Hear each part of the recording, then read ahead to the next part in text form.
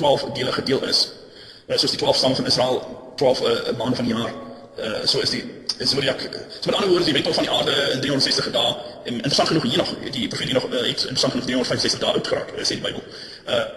So kan gevoel dat die meeste van die prehistoriese afgodsdienaars hulle wende tot hoogs akkurate sterkundigheid, wat deur die Nephilim of die reëse aan hulle oorgedra is en waardeur hulle dit reg gekry het om nedersettings op ver afgeleë plekke soos Suid-Amerika reeds kon betree om hul bassergeslagte, dit wil sê die bassers tussen gevalle engele en mens, met hulle afgodsdienste te bedien reeds 5000 jaar voor Columbus in die 1400s AD eers geweet het dat daar 'n kontinent wes van Europa sou wees en lank voor die mens eens geweet het dat die aarde werklik rond was. Die mense het nog nie eens geweet dat die aarde rond was gedurende die tye wat ons weet dat hulle geweet het dat daar beskawings buite die wêreld was soos wat dit aan die Israeliete bekend was gedurende die heerskappy van die Romeinse Ryk en daardie dinasties. Archeologiese opgrawings dateer meeste van hierdie prehistoriese dinasties as 'n pre-flood era. So die van Stonehenge in Brittanje, wat hoegenaamd geen betrekking op die Keltiese groepering van vandag het. Dit is reeds bewys, onlangs was dit weer in die nuus gewees, dat Britse archeologe die ontdekking gemaak het dat die Stonehenge murasies dateer terug tot omtrent 5000 jaar voor Christus. So wat is hier aflei is dat die aanduidings van die Druids in Engeland wat daarop staat maak dat die Stonehenge deel is van hulle erfdeel, kan is nie bewysbaar nie, want die afsny van die vloed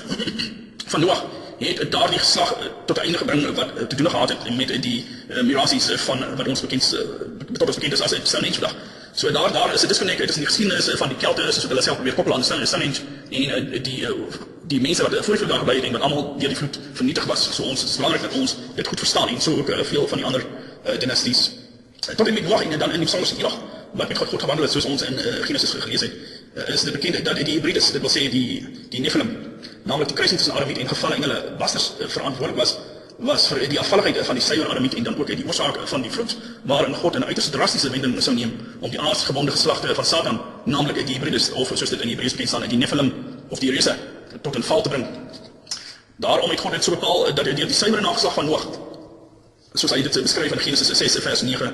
en sy verwante stamgenote, dus die Adamse rasse, sou suiwer vanuit die besmetting van die Nephilim of die reëse deur die gevalle engele, wat die mens dan ook inderdaad grootliks laat afdwaal het van die weë wat vir hulle bepaal sou wees. Daarom is dit ook beskrywe dat Noag suiwer was in sy nageslag, volgens Genesis 6 vers 9, om hierdie belangrike taak te behartig.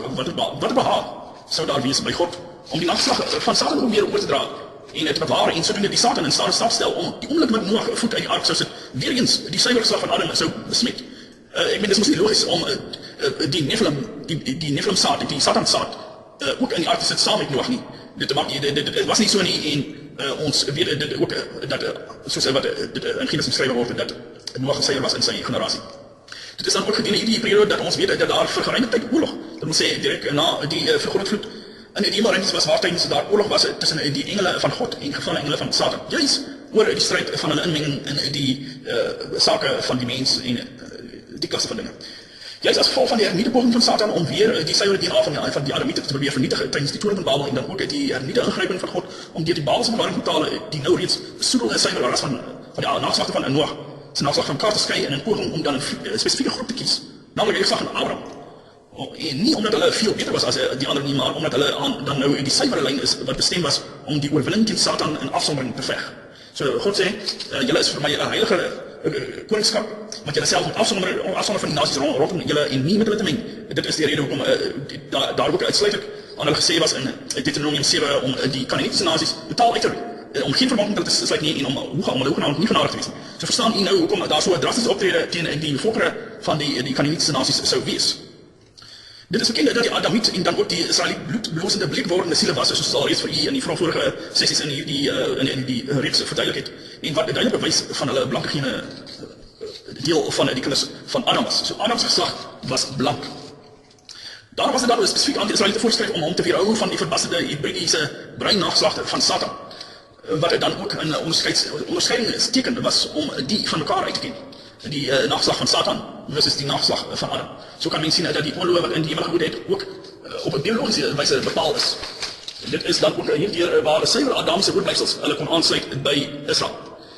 Die Bybel verwys in die besonderste na die hernieuwde verskyning van Hybrides, naamlik in die Nephilim onder die Kanaanietiese nasies vernaam en die wat hoog in gestalte was. Alhoewel nie almal hoog in gestalte was nie, was dit vernaam die wat in hoog van gestalte is, wat in die nuus in die media, of soos nou sê in die kronieke van die Ou Testament opgeskryf is. Naamlik Og, koning van Bashan, Goliath en die se broers en vele verskynsels van Nephilim en Hybrides met 6 vingers en tone aan elke voet, wat dan ook wel bekend is in die Assiriese en Sumeriese klipafbeeldings. So hierdie verskynsels is argeologies beskikbaar aan ons weet dat hulle bestaan het. Ook was die Israeliete wat hoegenaamd nie enige van hierdie verskynsels, hierdie afwyking in die DNA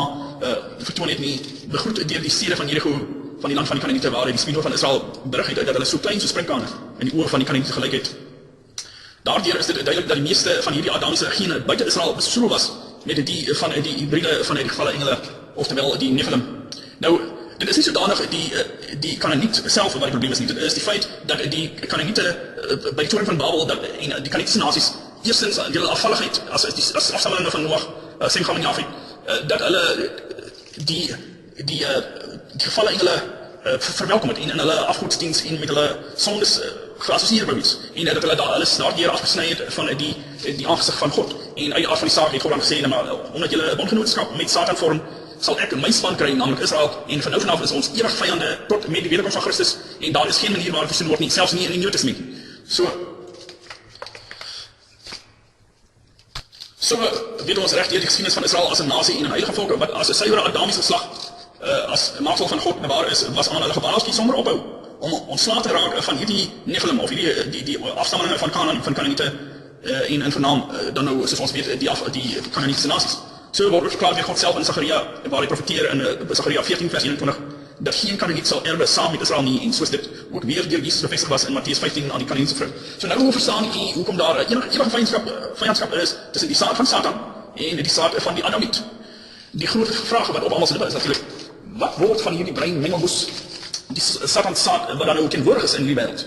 wat deur die toedoen van die Nephilim geskep is? Die antwoord is eenvoudig soos deur die Ou Testamentiese profete deur God self verklaar is. Nou moet ons mooi luister. Eerstens, met die aanloop tot die wederkoms sal die mensdom verminder word deur die skale van die plaag wat God bepaal het, soos uiteengesit deur die boek van Openbaring en dan die geweldige oorloë waar tydens 2/3 van die wêreldse bevolking reeds vernietig sal wees tydens die slag van Armageddon, waar tydens die oorblywende krygers van God 7 maande sal neem om die karkasse van die Satanskinders en die wat saam met Satan verbond vorm, begrawe en te verbrand en waar die bloed aan die tomme van die perle sal opwel. Gedurende hierdie tyd sal soos deur God bepaal in die boek van Openbaring en deur die engele beveel word dat die getroue Israeliete beskerm en bewaar sal word gedurende hierdie slagting. Nou die kan ons lees in die boek van Openbaring. En ons lees in Openbaring 7 net voor die opmaak van die 7de seël en na afloop van die eerste 6 seëls, die getroue Israeliete, dit is die 53 of die 33 vertalingen van die Afrikaanse Bybel staan daar in die opskrif, die getroue Israeliete uit onsaglike gevaar gered. Nou jy kan sien dat hier nog fisiese getroue Israeliete is wat vasklou aan die belofte van die Messias in afsonderlikheid. En dat ons sien dat met hierdie laaste geslag, die geslag tydens die groot verdrukking, dit is daardie geslag, en uit daardie geslag, die laaste geslag, voor die koms van die seun van die mens op aarde, kies hy dan nou die laaste oorblyfsel wat nog bestaan op daardie tyd op die aarde, dat hy hulle verseel in ons lees soos volg in Openbaring 7. Die getroue Israeliete uit onsaglike gevare gered. En na hierdie dinge, eerste 6 seëls, het ek 4 engele op die 4 hoeke van die aarde sien staan. So hulle is noordwes is ooste versprei, oral oor die aarde. En hulle het die 4 winde van die aarde vasgehou sodat geen wind sou waai op die aarde of op die see of teen enige boom nie. Dit wil sê teen enige nasies simbolies gesproke dan. En ek het 'n ander engel sien opkom vanuit die opgang van die son met die seël van die lewende God, en hy het met 'n groot stem geroep na die 4 engele aan wie dit gegee is om die aarde en die see te beskadig. En gesê, moenie die aarde of die see of die bome beskadig voordat ons die diensknegte van onze God op hulle voorhoofde verseël het nie. En ek het die getal van die verseëldes gehoor, 144.000 verseëldes uit al die stamme van die kinders van Israel. So hier sien ons dat in die laaste geslag, daar die laaste geslag reg op die nippertjie van die wederkoms met die laaste besyn en met die uitgiet van die skale van die groot verdrukking, daar die laaste geslag is 'n baie klein groepie wat oorbly